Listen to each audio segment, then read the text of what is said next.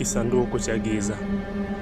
Usiku mmoja, kijana mmoja aitwaye Dan alikuwa anarudi nyumbani kwake akiwa peke yake. Alipita njia ya mkato msituni, njia ambayo watu wengi waliogopa. Ghafla akaona kisanduku kidogo cha ajabu kikiwa kimeachwa chini. Kilikaonekana cha zamani, lakini kilikuwa kinatoa mwanga hafifu.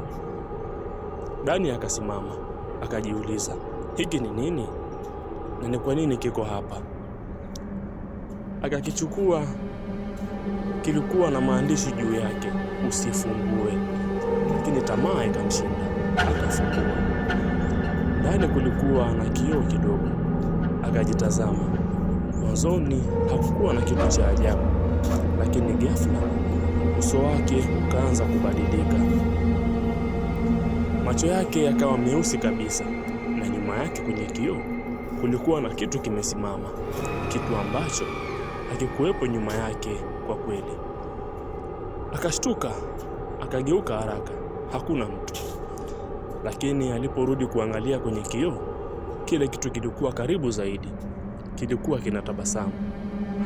Kikasema kwa sauti ya chini, asante kwa kunitoa. Ghafla taa zote zikazimika.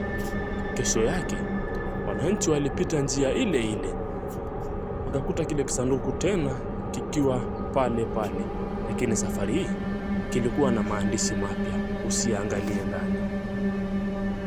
Ujumbe: tamaa ya kujua kila kitu inaweza kuingiza kwenye hatari usiyoitegemea.